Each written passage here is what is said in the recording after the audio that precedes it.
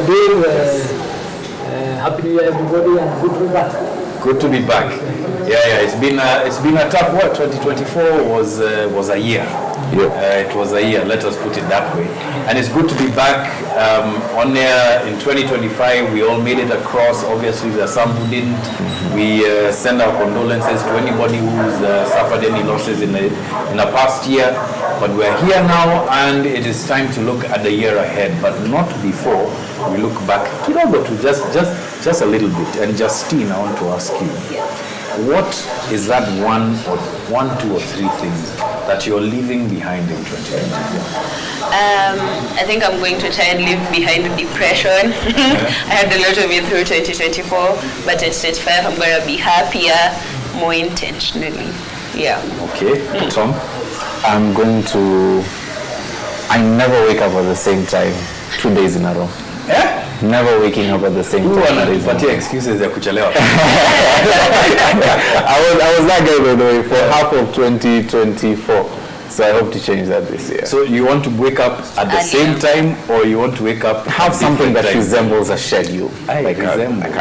Something that resembles a schedule. That's the most Gen Z thing. I'm telling you. What did you expect? What do you tell HR with that? Yeah, I have something that resembles a schedule. Around this time. Abductions, what are you thinking about for 2025? What's your hope? Well, my hope is that the Gen Zs work on that revolution. Yes. It's not easy. Revolution is not easy. And from what I have heard, they're not good with schedules. Yes. And timing.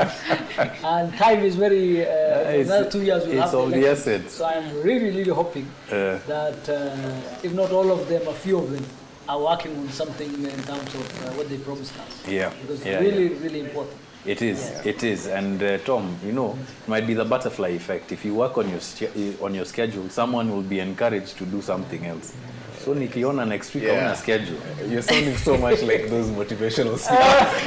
You be the good example, everyone. No, now Mike has a bite for Nini. Then you'll see it'll be trending next week. Yeah, but schedules and all. I'm glad that we have something to look forward to. Me, I was hoping that you guys would say mtacha matusi in 2024. No. So let me tell you a short story. In 2024, I missed the show for a week. Yes. Just 1 week. Yes. Walianza na matusi, matope na matusi, yani nilipakwa matope from the beginning till the middle till the end. Na sikusikia an apology. I didn't say I was just there crying in the toilet and wondering what did I do to you, Justin? But simi banter. If you miss work, how are we supposed to know how what you're going through? Yes. What I'm going through. You could have texted us, told us like you're going through a tough time, but you didn't, so we had to teach you a little bit of a lesson. So what you're doing to the politicians is not just one of it, you do it everybody. Yes. Equal opportunity. Yes. Can you imagine? Equal opportunity hating. I'm telling you. You should have told them the politicians that. They think this is just for them. Kumbe ni kila mtu. So ukitusiwa online utulie tu. Mimi natusiwa yani on my own show. Anybody can get it. Na kuna kitu naweza fanya surely. So sembuse wewe. Anyway, I mean we've got a lot of stuff to get through in this show. Obviously, there's the 2025 started with a bang, and in some ways not the kind of like bang that we wanted. I literally just came a few hours ago from the press conference with Maria Tsehai, the Tanzanian human rights activist who was abducted and then released yesterday afternoon between the hours of 3 p.m., 6 p.m. We've seen what's happening in Nakuru with people stopping an attempted abduction. I mean, that's a good thing, but the bad thing is that the abductions are happening. And abduction is now the word on pretty much everybody's lips in Kenya and unfortunately in East Africa. And Abdikadir, this is why we brought you into the discussion. And I want to start with something. You tweeted me earlier today. Let me see if I can find it. So you tweeted me earlier today and talked to me about I almost feel like I have to wear glasses and expand the font. Yes, you tweeted me and you talked. Actually, I wrote it down here. You quoted a song, February wins, right? First of all, I didn't know you like rock. I like quoting it. Yes, you like quoting it, but not the rock music. So the quote is, another tragedy has set the scene for consciousness to be revealed. And all the February winds are howling. Because all we need are necessary means to protect what we love, right? And with that song, February Winds, so I did a bit of searching about it, and it's about protecting the things that we hold dear. But the picture that Abdikadir put was of, you know, that famous picture of Uhuru, Raila, Ruto in court. Yes. Right? And I think, let me ask you, what were you driving at that picture? So February, we have the elections in Addis. And that will set, in my opinion, the elections in 2027. What happens then? And there are enough moves, in my opinion, including what I quoted there, the statement by the minister yesterday, and the cabinet a few weeks ago, and PSS. So usually, political moves get done behind the scenes. And the rest of the country takes part in the public participation, which is usually singing for the politicians. So in February is going to be key, and my hope is that the Gen Z will see through this, and the sleight of hand. I talked about the sleight of hand. Most of these shenanigans are not real. Most of them are shenanigans. And the reason I brought that picture, look at that picture. You have Mzee Raila, you have former President Uhuru, you have current President Ruto, you have Prime Cabinet Secretary Mudavadi, you have former Vice President Kalonzo. All of them. And at every election in the last 2 or 3 times, and possibly in the next one, those guys were on both sides. It's the same team on both sides. Political cousins. Yes. But I mean.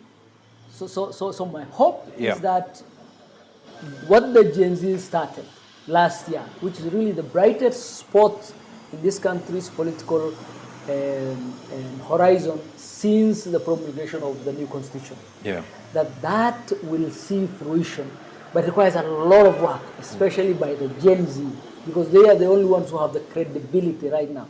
Everybody else in the political scene has very little credibility, or very little. So if we can see through that and watch out for the moves by the same political class. I mean, if you had told people a few months ago that former President Kenyatta and current President Ruto will not only be shaking hands, but will be working together, everybody will have told you you're nuts. I knew that, like I know the sun is coming out from the east tomorrow. Really? Absolutely. And I told people that, and they told me you're nuts. So I am hoping that we can sweep through the games and focus on what is important. Because unless we do so, we will go for another charade of an election, and one of those guys in that picture will be the president. Maybe the current president will be back, or one of the other fellows will be back. And it's the same. But abductions are such a serious issue for you to play political games with. Do you think that the political class is that malevolent? They are worse than that, my friend. People have killed for politics. And we have been lucky in this country that the killings have not been that crazy, but there are countries that millions have died because of siyasa. We lost 1,400 people in the post-election violence in 2007, 2008. That's when I got elected. Many dozens have died since. And almost always, I mean, tribal clashes are nothing but politics, politically instigated crimes. Cat rustling, ethnic clashes in the north, all those, that is siyasa. So politicians are capable of genocide for political reasons. So we are lucky we have escaped the worst on the continent. We have seen terrible crimes in our country. Yeah. There are crazy things you have just said right now. But by the way, that is not the worst of it. Right now we have terrible things going on, but it was worse a couple of years ago, and it was worse during Moi's time, and it was certainly worse during the colonial regime. So governments have done crazy stuff, and politicians have. Justine, our resident politician hater, do you agree with these sentiments, or are you hoping against hope that our politics has actually become sanitary in some way, shape or form? Because, there's also guys, that's why I asked a question about malevolence. There's also guys on the other side who are now speaking the language of the public. Oh, this is wrong, including a cabinet secretary, as you mentioned, JB Muturi, yesterday, talking about the abduction of his son. Do you believe it, or are you on the sleight of hand team? I think I'll have to agree with Mheshimiwa. I don't think politicians care about Kenyans. You have just at agreed all. with a politician. But it's true.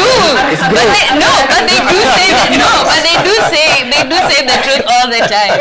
Usually just when it favors. It happens all the time. I don't know what he's got to do with this information after this. But retired to our credit. Yes. A retired politician. Okay. Yes. Yeah, but I don't believe it's going to change just because of who is saying it. Yeah. I think the actions that follow have to account for like the kind of people that they want this country to become. Yeah. And also what we as people who want like a better future want that to look like. Yeah. Because a lot of us are very, I don't think he's going to win. Like he's saying all the right things, but I don't think, like we give up even before giving someone a chance or like before giving ourselves the chance to change it. So even if we agree with a politician, we have to be able to, after the fact, we are not best friends just because you won the seat. Yeah. You actually have to deliver. You have to go and work for Yes. it. You know, Tom, you and Abdikari were having a debate about what's going to happen over the next 2 years, right? And you have a point of view. But I want us to cast it in the light of the abductions that have taken place over the past few months, especially, since June. And what's your view about how this is shaping youth culture and youth participation in politics? First of all, I am happy to be alive at this time because, first of all, if I'm honest, I wasn't that engaged in politics until last year. It was cool to say things like hate politics on your profile on Facebook. Now you're seen as stupid for saying such things because somebody will ask you, somebody same age as you will ask you, what do you mean you're not engaged in politics? It's cool to be engaged in politics, and rightfully so. So I have a positive outlook of Kenya in general. Yeah. Because much as we still have a long way to go to clench the top seat or to remove all these people that we keep speaking about, the gang that was on the dock on that day. Yeah. Some small changes, micro changes that we'll see in 2027, like what Abdikadir was saying off air about having more representation that can push back against this tyranny that we see in houses of parliament. I think we'll see more numbers voting for cleaner politicians because we all know. But isn't the test right now the abduction issue? Yeah. Like, we understand that the youth have been hugely, disproportionately marginalized and targeted by these abductions, right?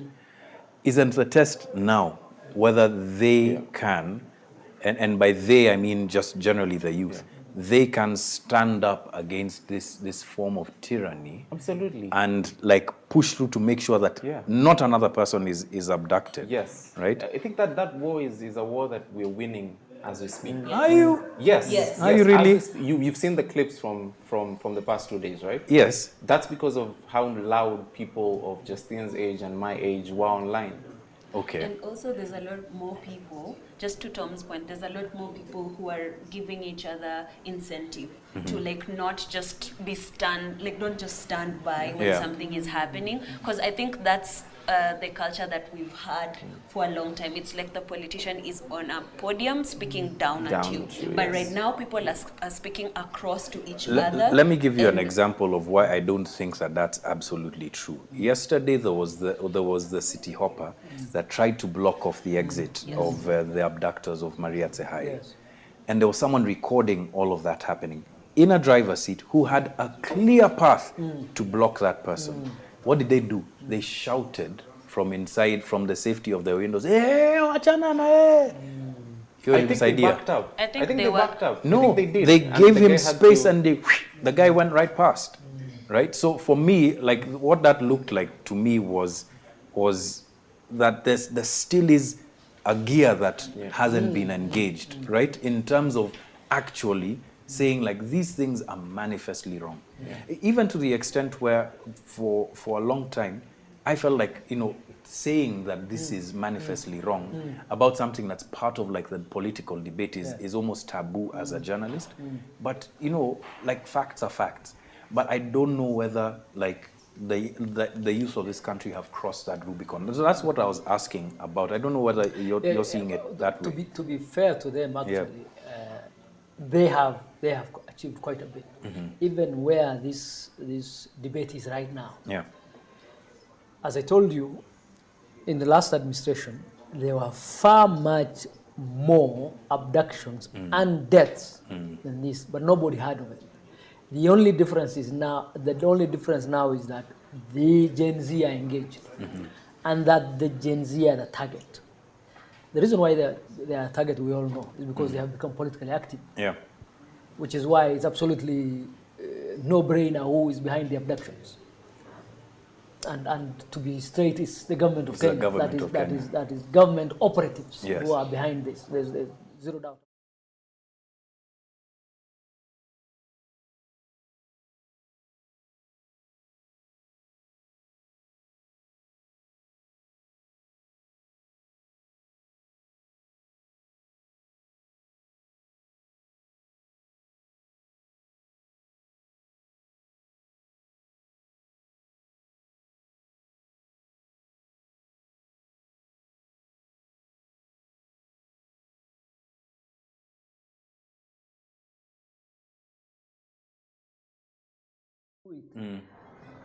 The fact that he's saying don't three do years it. ago, nobody. I mean, they would stop at the middle of the streets, and people will pick somebody, and nobody would bother. In fact, if anything, they would help Yeah. do that stuff. So I think absolutely they are doing a great job. You said it's the evolution. We have to continue evolving to the point, because between me and you, it's actually stupid for whoever thinks that kidnapping people or killing people solve anything. Yeah. I mean, the best example is the global war on terror. This started, by the way, Yeah. it didn't start. It started many, many decades ago. But the real impetus came with the global war on terror. That's true. And because the countries were pursuing that war did not want to subject those people to their court and legal systems, so that those people would get the protection of their courts and legal systems, they decided you take these people outside of the law. That's why it's called extrajudicial or extra legal, outside the legal frame. And you know what? I mean, I agree a lot about the fact that it started much further back. And why maybe I'm being cynical about it is because I've seen some of the most stark examples of people not acting when they should act. Yeah. I'll give you an example actually from Mandera. Yes.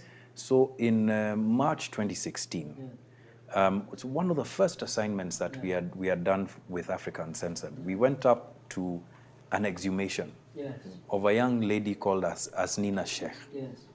Asnina had been picked up by people believed to be the military. Yeah. She was murdered and, tossed aside. The entire public there knew who had done it. Yes. The exhumation process took place. Yeah.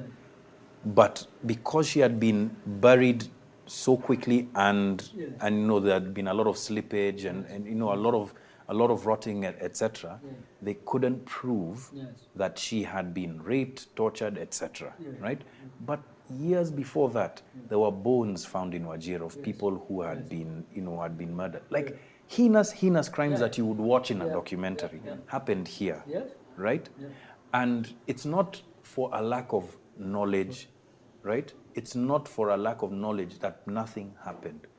For me, that's why I'm still wondering, okay, we are politically active now, we're talking about all of this now, but why is it that there is no political accountability even in the face of this?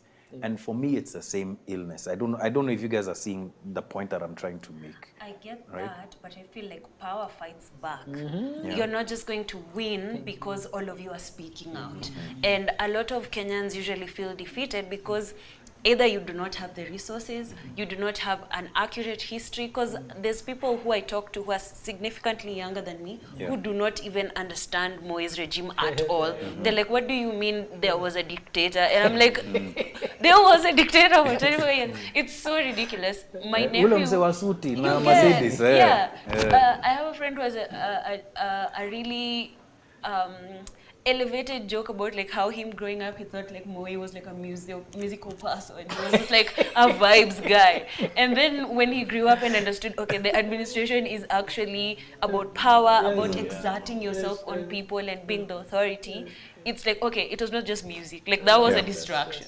So if that culture has to change, it also has to be like in your families. What are you talking about? Is it just like my kids are okay and they're safe and they're in the best schools, they don't need to know anything? Or do they understand how this issue affects them across class, across institutions? If those conversations are not being had across different generations and what they went through, sometimes it's very difficult to push back. So fighting power back takes a lot of effort, yes, and bravery, and information too. And it has costs. Yes. It has costs, and that's why people get abducted or killed.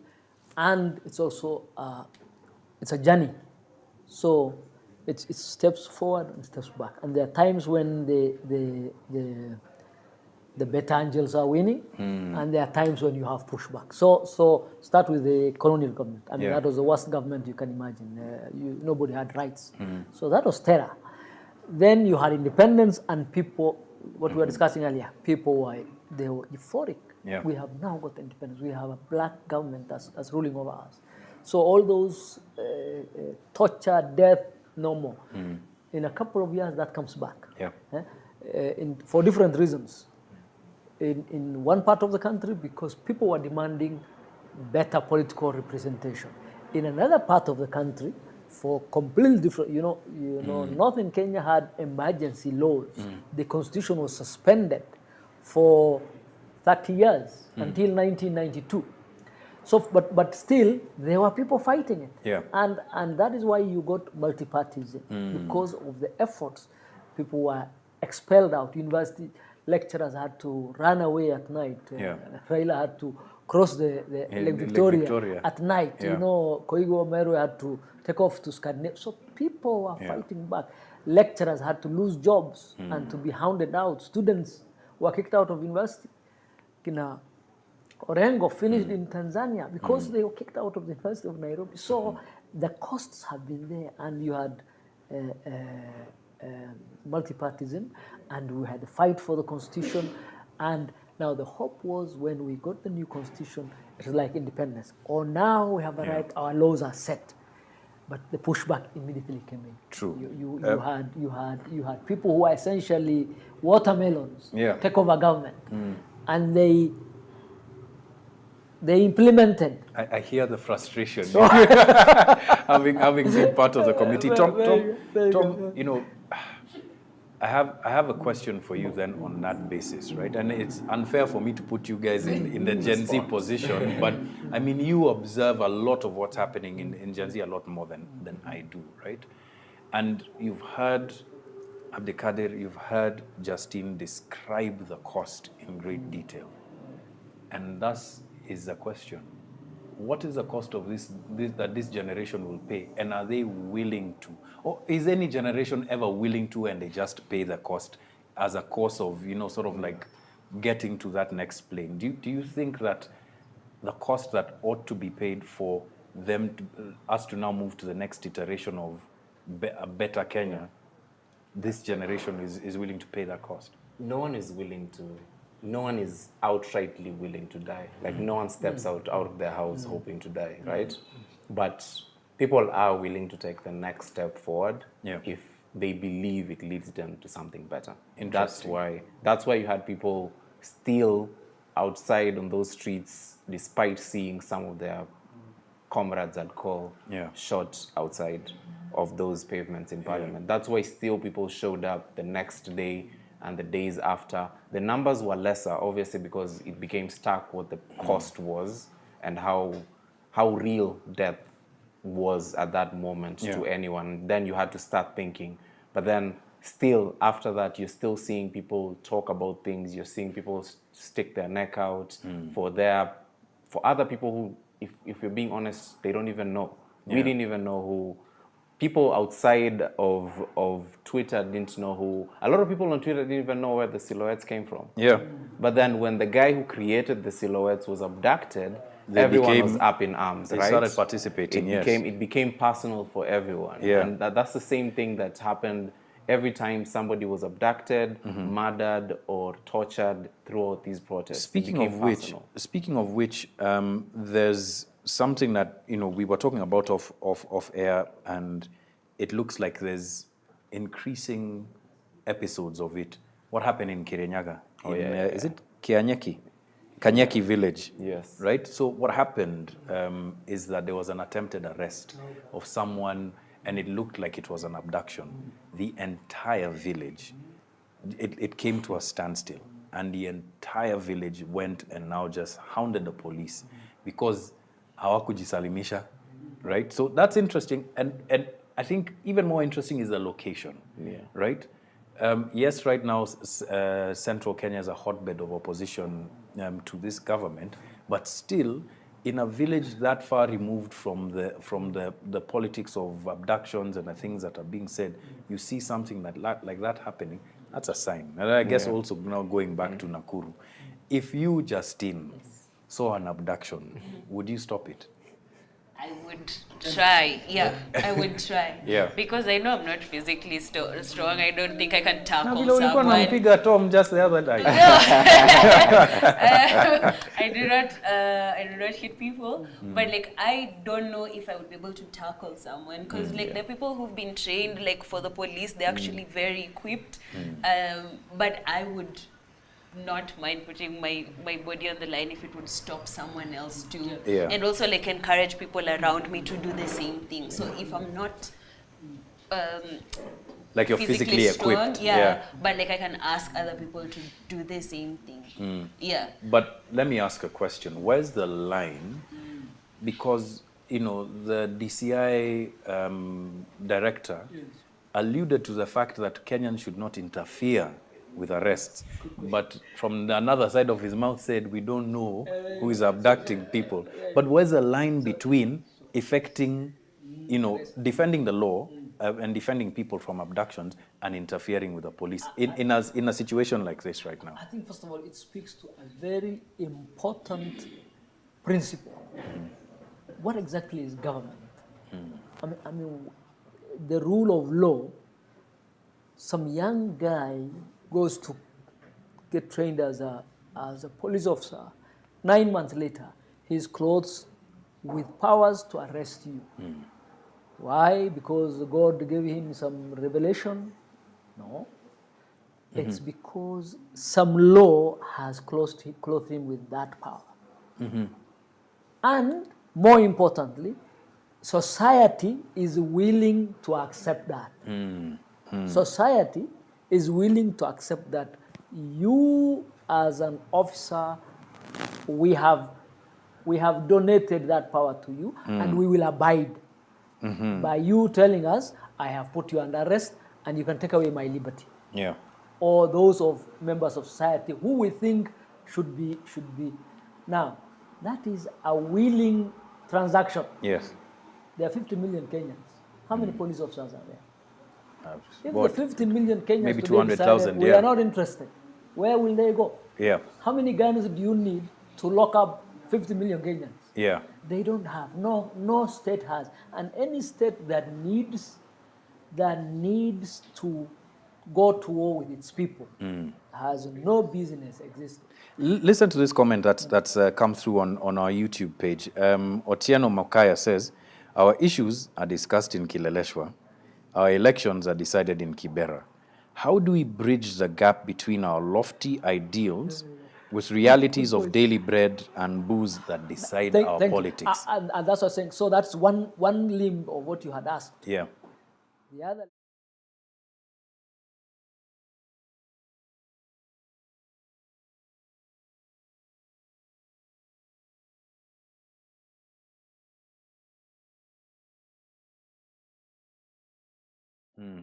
Because Gachagua was fired, Central was in government and they were happy with this government. And because Gachagua has been kicked out, they are unhappy with the government. That is the absolute wrong reason to be. Lakini alisema bora usiguze Murema. And by the way, it's not just Murima. Yes. Our entire politics as a country, as an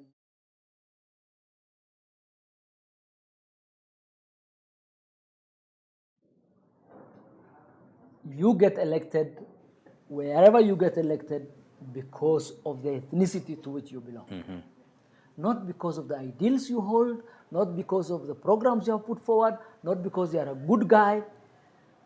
Now, you can't be kicked out of your ethnicity. But identity politics is True. politics everywhere. Absolutely. Yeah. Absolutely. Now, they say all politics is local. Yes.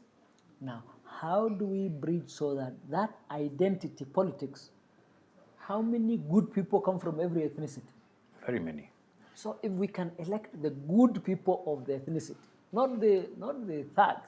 By the way, our problem is not in kicking out politicians. Yeah. 80%. Because we do that every 5 years. Yeah. 80%. That's number one. Number two is how can you get, you see, there are things called guardrails. Yeah. All politics is local, but there are certain broad guardrails the nation agrees on. True. Certain broad things. For example, the rule of law. Look, you can be with this party or you can be the other party, but you have a right to a proper trial, irrespective of what your politics is. You can have this party winning elections, but you as a Kenyan living in another place must have the same decent livelihoods that the person who voted for this president has. You know, basic things we agree on. And it's our political culture. That is what we need to get right. We have got the laws right. We have got most of the other things right. Now, the reason why I'm so hopeful about the Gen Z is for the first time, they seem to have transcended that Achilles heel of our ethnicities. And the reason why I'm worried is that the politicians will unleash ethnicity as we go closer to the elections, and we might even have ethnic violence. Now, to be fair to this country, even now, we are far much ahead of so many in the neighborhood or elsewhere. I mean, there are countries you cannot have this discussion publicly. True. Because there'll be guys waiting outside. You go to Ethiopia right now, you have to or even some other neighbors, Rwanda or whatever. In Tanzania, Uganda or ABCD. I mean, Uganda, the guy is grooming his son. Surely Ruto is not grooming his son. And that can it's not early. but you can see how shocking that would be in this country. Okay, can you imagine the president's son being the head of the military? And that's exactly happening in Uganda. Or the president being there 40 years. I mean, 40 years ago it was Moi who was there, and we had Kibaki for 10 years, and we had Uhuru for 10 years, and we have Ruto right now, and we could have Ruto, or we could have somebody else next year. We are ages ahead. We have a lot going for us. What we need to do is pay those dues. Eternal vigilance. Eternal vigilance. Now, I want to draw back from abductions and what's happening here. We move to something completely different. And there was somewhat of a seismic announcement by Mark Zuckerberg, right, about stepping back from hiring fact checkers and bringing back, or rather implementing community notes a la X, right? And I think people haven't quite grasped why this is serious. Justine, alikuwa analeta mzaha kwa kazi ama, like, why is this such a serious issue? So I think billionaires have gotten bold over the last couple of years. Like, they've always been bold because That's they true. have money. Yeah. But after what Elon was able to do with the American elections, Yeah. I think every other billionaire was like, oh, we can just like get in there if we can get the guy to agree with us. So Mark Zuckerberg right now has a little bit of a problem because they want to break Meta as Yes. a monopoly, because he's been moving some kind of way, not just like within America, but in the international circles. And like his platform has been used to like wage wars and like spread misinformation and like harm people and even suppress certain kinds of information that he, like the powers that be, doesn't agree with. So he is currently, I think, in a lawsuit with the FTC. That they want to break Meta, and I think the person leading the charge is a woman. Her name is Lina Khan. And one of the things that Zuckerberg said during his podcast sit down with Joe Rogan was a lot of tech spaces are very female dominated. We want it back to have masculine energy, which I think is a whole gender thing that's going on in the world. The internet male again. Yes, which is ridiculous, because I don't think if you're a woman on the internet, you've ever felt like the internet is like a woman-led space. Because usually it's 2-3 tweets in and you're like, okay, this is very unsafe for me, and I'm reading. So I cannot imagine what that feels like, because the people who've taken online threats to a very horrible level. So I don't think Zuckerberg removing all these fact checkers and like adding community notes, people are not reading anymore. People scroll past community notes to share misinformation. Here is a person who has actually contributed to community notes. What do you think? You see, I think it's a worrying situation. That's because you see how back then they used to be, I'm talking about like 2-3 years ago, peak COVID. Back then. Yeah, that's like centuries ago for me. See, at that time, there used to be there used to be guardrails for the internet. There were things you could say, and there are those things that you couldn't say, because obviously everything that someone says has a consequence. So you couldn't say things that denied genocide that happened. You couldn't say things that were hateful, that could incite people to violence. But now you have someone, and all these people who are at the helm of these social media companies that literally run our lives, all of them kneeling and appealing to a single being or an institution. And that's Trump and everyone who's absolutist in their thoughts about free speech.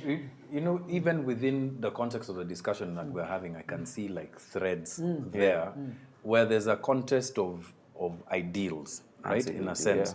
And Zuckerberg, strangely, being the person who was like at the forefront of this new era in the internet, now becoming almost like a what do you call it, a legacy, gatekeeper. It's like very strange, right? But there's another side to this conversation, right? And in the States, one of the things that people pointed at plenty of times was that this woke culture that's online prevented the public from seeing the real face of America. And the real face of America were people, who might have had more traditional ideals, but who needed to have been heard. So what do you say, and I'll come to you, Abdikari, what do you say to those people who are saying basically that Tom chukua nini chukua karatasi what do you say to those people who are saying then that in the marketplace of ideas, you then need to remove those guardrails so that the best rises to the top? So, I think probably that discussion Yeah. is the most important. Nationally, Yes. the Gen Z discussion is the most important discussion for the 1-2 years coming. But internationally, narratives is the most important discussion. Interesting. And we have always had, so most Africans who are colonized by Britain or Yeah. France or ABCD have a generally good view, not now in the last few months or so, but generally good view about the systems in the West, positive view. Things work there, Yeah. you know. And a negative view about maybe Iran or China or and they have not been to any of those countries. Yeah. Huh? What is the reason? The reason is because media, global media, and global culture was shaped by the narratives spanned by Hollywood and the mainstream media, Yeah. legacy mainstream media, until the age of the internet. Yeah, they are called Magnificent Seven. Yes. The large internet beasts came on board, and they gave free services, and there's no free lunch. Yeah. And they gave free services, and they were shaping the narrative, and they shaped the narrative the way they wanted, until that narrative was fought by Trump and his people, and Trump and his people seem to be ascending, and they are shaping up. Yeah. And it's not the first time Zuckerberg, by the way, gave that like looking like I am a newborn fellow who has just landed A from stranger the moon. in He did that a few years ago also, Yeah, when yeah. he was tweaking this, and it's all self-interest. He's interested in maintaining his company. But the key thing is that narratives are very important, and who shapes narrative is very important. And we are animals, and we get shaped very easily. Most people, when you wake up, the first second you wake up, you reach out for your phone. Yeah, for your phone, yeah. Yeah, and in fact, if people are walking to the bathroom, they would walk Go to into the phone. Yeah. and that is not just natural. It's and the taught scrolling behavior. and so narratives are very important, and we are being shaped, and who shapes us is the person who wins. Interesting. Justine, then who do you believe in this context of narratives should be the people who are, I guess, responsible for those guardrails that you were talking about, right? I think you should have a life outside of social media. You should be able to speak to daily people, and not just like your friends. Yeah. It has to be, if you can do it across class, Yeah. if you can do it across race, because sometimes you see, okay, so like one of the weirdest things that I realized when the fires happened in California, the first thing that Elon did was like DEI kills people. That's the first thing he tweeted. Not, I'm so sorry to Californians, we are going to try and get you So help. for him, it was a fight against the liberals, Yes. and there was a point that needed and it's to be made. because like it was a woman leading, I think, just like a part, because like they have different fire chiefs. Every Yes. area has a fire chief, so she's just from one of the areas. All the other people are just like some old white dudes, but you don't hear him saying anything about those old white dudes. It was like that woman, and then it didn't help that she was a lesbian. It's just like, oh, this is a DEI person and she's incompetent. Yeah. But as her resume ranks among the top 50. The guy grew up in apartheid South Africa. What do you Yes, that's what I mean. Like, it's almost like I know how to manipulate information. I know how to maximize the views on my thing. So I think if you're speaking to people daily, Yes. if you're speaking to people who do not have the same life as you, you'll be able to spot more BS faster. That's true. And not just like adapt everything that you read online, because you're like, okay, that narrative doesn't sound like what I've seen, how people help each other, how people show up, who is actually in charge and who's helping. You're able to fight back. So you become the mainstream media because you're lifting each other's voices. Even if you don't agree on everything, you can actually... Interesting point of view. Basically, Justine is just saying go touch some grass. Yeah, go touch grass. Touch some grass. Yeah. But also get around technologies. I mean, Yes. I mean, Exactly. AI, for example, Yeah. it's very important. is very important to have Yeah. local talent. Yes. And yet, where are we in this contest for platforms, contest for narrative? There you Because you see, in as much as we can say, go touch some grass, these things are a fact, right? Right now, we are, in fact, let me just plug the show. We are live on X, and we're also live on YouTube, which we do not own, but we are live there trying to have a discussion about these narratives. Absolutely. Right? So you see the kind of, the kind of contest that we are put in, and as long as we don't have those platforms, then even the discussion about who shapes our narratives will always be one that we really think about as almost as victims, right? But I want us to move, because we've got about 10 minutes left on the show. I want us to move to a couple of topics that we want to touch on. The RSF, right, from Sudan, was supposed to have a press conference today in Nairobi. And okay, you guys can paint it in a different light, but I thought about it from the point of view of the kind of atrocities that the RSF is accused of, right, as a party to the war in Sudan, and it's so unfortunate what has happened here.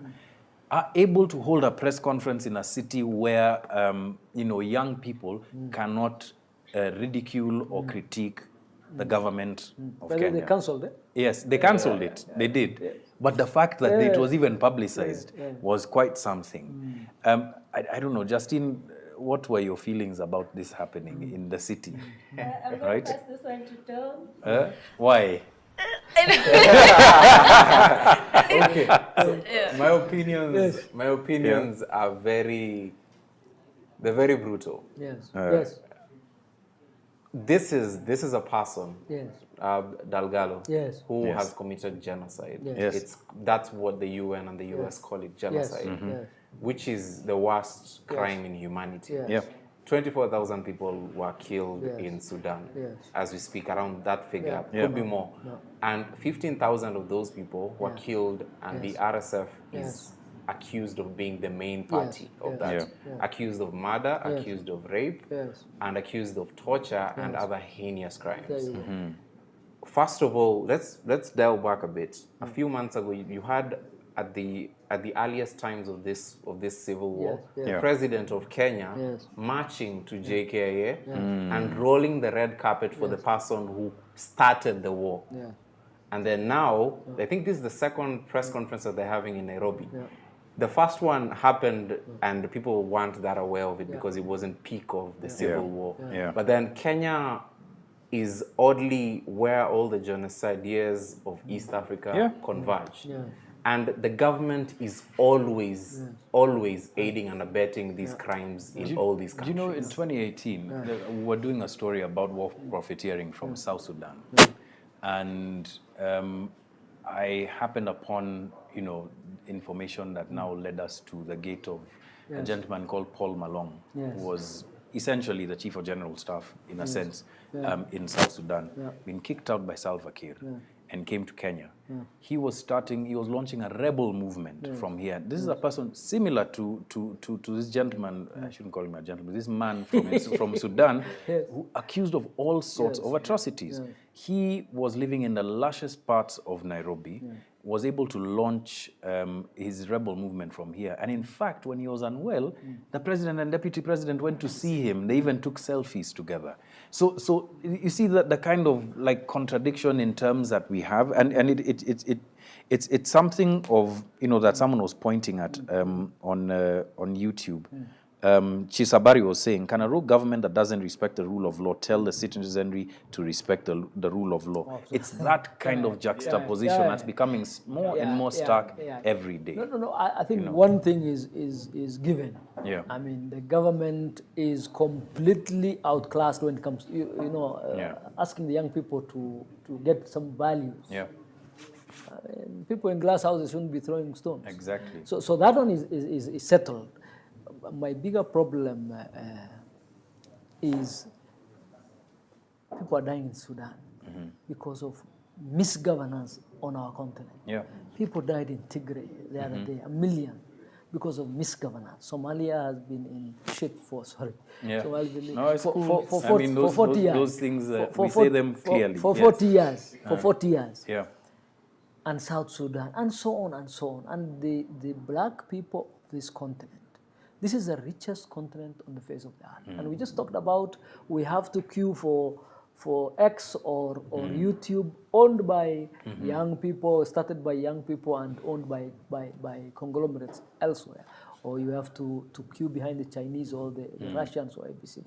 And all because we cannot run our societies and run our governments properly, because we have let that to be, that is one big issue. The other is the US, for example, has called, rightfully so, what's happening in Sudan a genocide.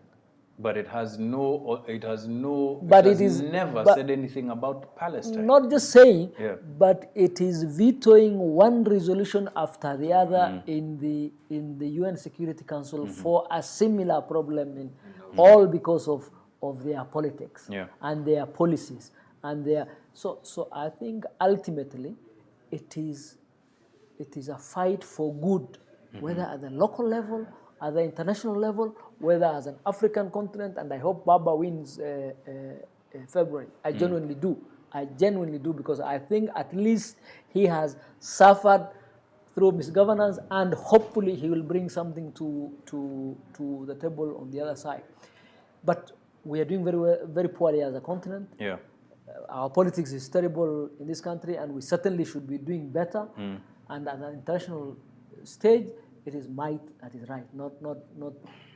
And the rule of law has suffered substantial damage because of the double standards. You know, might is right in a context where we have such a raised consciousness globally, you know, of young people and old people who are now starting to see the same thing at the same time. It's a very difficult thing to do, you know, and I guess in a part, that's part of the confusion, you know, that we've been going through. A couple of topics to run through, and I'm going to skip past LA fires because we kind of touched on that, right? So we've got some stadia that are supposed to be ready, that are somewhat ready. Can I give this one to you? This Can I one pass the ball is to my. you? This is your This area. is my ballpark. I will not say I'm the biggest sports fan out there, but like I love athletes so much, because even the people who are doping, those are like crazy ways to try and get like an achievement. But like you have to think of those people as like you have the discipline to dope and train and win something. So there's a part of me that empathizes, but also I feel like they work absolutely hard and they don't deserve to be asking for amenities. Like we are way past that point where all the accolades that this country holds in certain sports, across sports, not just like the athletics part of it, like we need to be having sporting facilities that it's a no-brainer. But then the Chan stadiums were promised that they'd be done in 3 weeks. And then today, Tom showed me a bunch of images where they were announcing that the stadiums are done at KICC. And I'm like, okay, are they going to be running to the roof, or like what really, like we don't compute how much of wasted opportunity and resources go into incomplete stadiums. And so they said it's going to be done in 3 weeks. I have not seen an image of a complete stadium yet. I am hoping those... No, I am hoping those stadiums are complete, because I watched Kenya play football matches for qualifiers in other countries. We went all the way to Malawi for a qualifier because we do not, which is insane. And it hurts to know, like, even the image of the stadium that we saw, I don't know if it's Nyayo or something, like there's just like a part of it that's not covered. And if this has happened before with the FKF, where they bribed their way to get like AFCON-ready stadiums or something, and they were flagged at that time, and we lost the license to have like matches here, CAF matches here, so we had to go somewhere else. So if they're saying the stadiums are complete, we don't, like, as a journalist, you should be able to walk in there and be like, yeah, the stadium is complete. Not like a pile of cement here and stones there. And it's like, no, we're just going to sweep this. And they paid someone at the back to say, these stadiums this are thing ready. actually That's my fear. Man, it is a fear that we all share. I can tell you that. Tom, there's someone who quit his job today. Oh, yeah. Yes. Can you tell us about this gentleman and why does it matter if this person quit his job?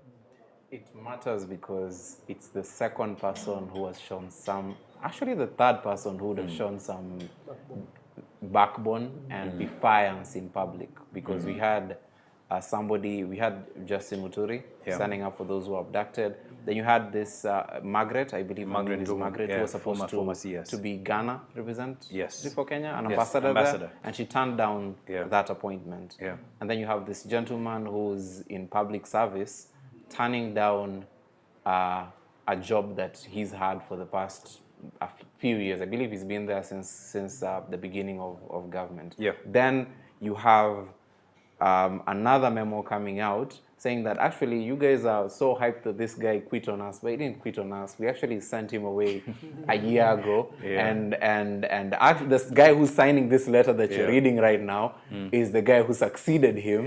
And he's been at this job for a minute. It kind of sounds like, like a bad breakup. Like I broke up with him first. Earlier, Where they tell you the one. Yeah, and it's this saga that's playing out in the public eye.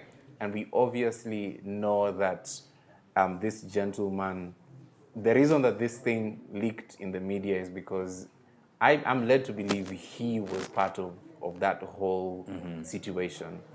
And the fact that we have a memo coming out after is just them cleaning face after mud is all over their face. And all this defiance that we are seeing just, I believe, points out, and the reason of his resignation is also telling. I think the reason was that there were unresolved issues with Felix Koskei, who's head of public service. And I think it points to a bigger issue that we've been seeing.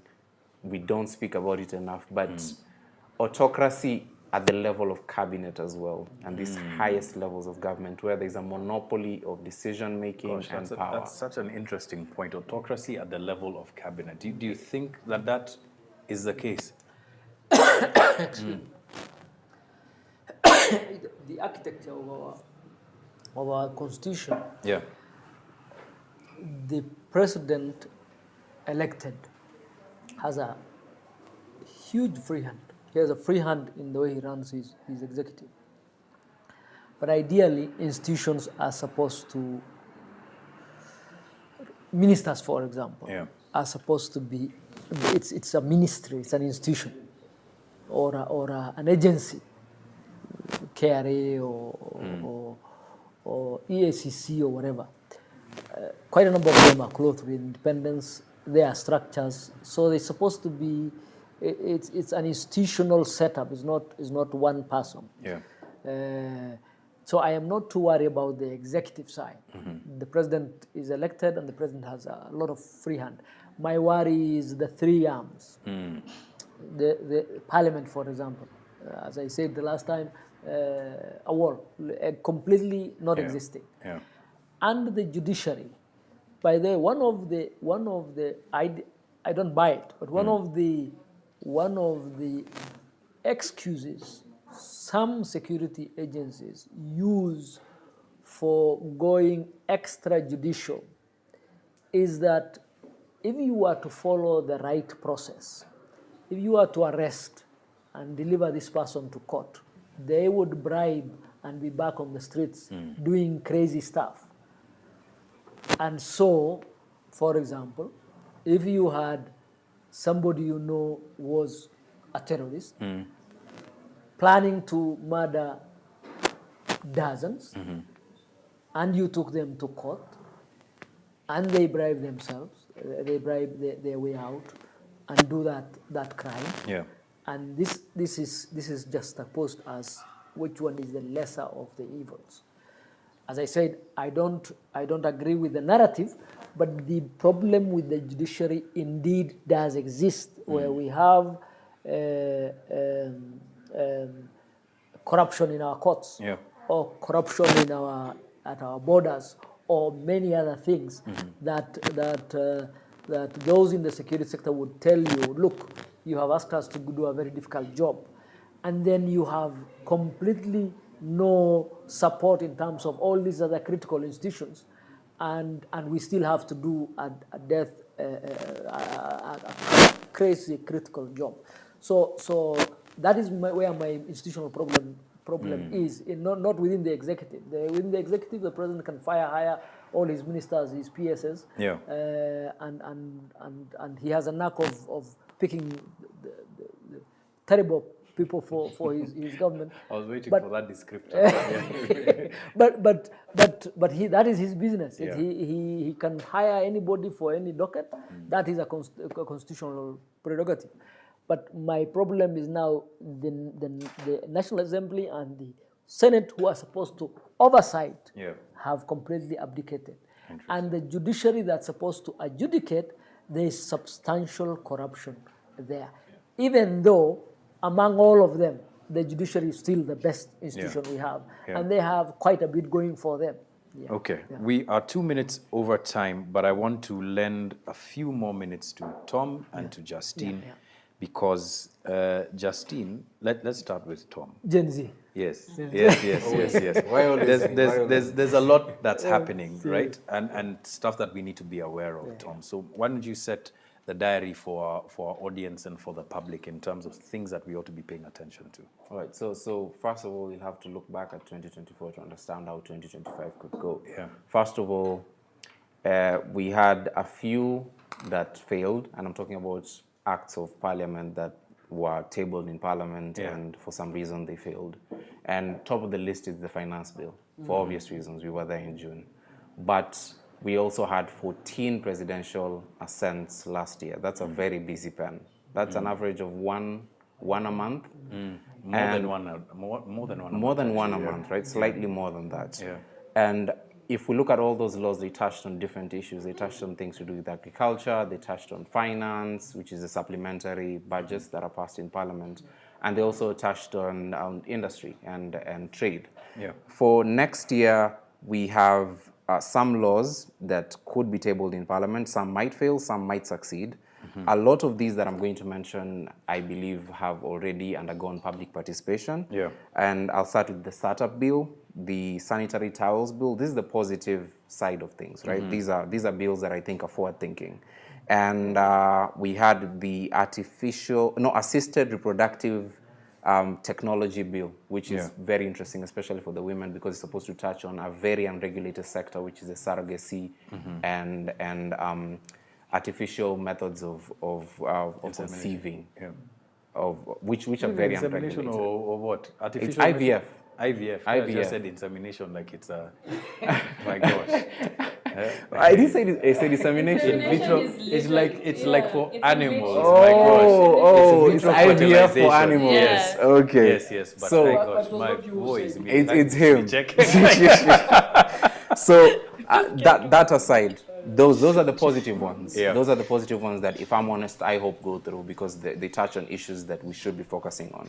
But then on the other side, we have the conflict of interest bill, which was widely spoken of last year because of Senate tweaking some parts of it that was supposed to make it lawful for people to get away with conflicts of interest in the tendering processes. Some people, like, you're allowed to take gifts.